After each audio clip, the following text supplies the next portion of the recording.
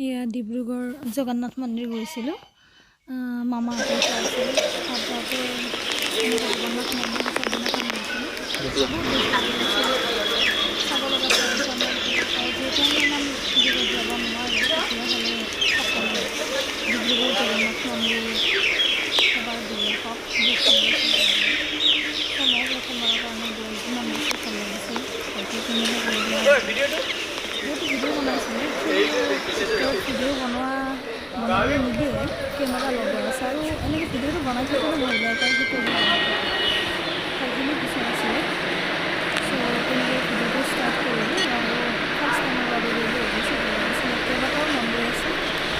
আপোনালোকে আহক এবাৰ চাওক দৰ্শন হৈ যাওক আৰু কেমেৰা কৰি গৈ থাকোঁতে যিজন বামুণ আছিলে তেওঁ ভিতৰলৈ যাব কাৰণ ভিতৰত কেমেৰা কৰিব নিদিয়ে বেছি ভাল লাগিছে আপোনালোকে আহক এবাৰ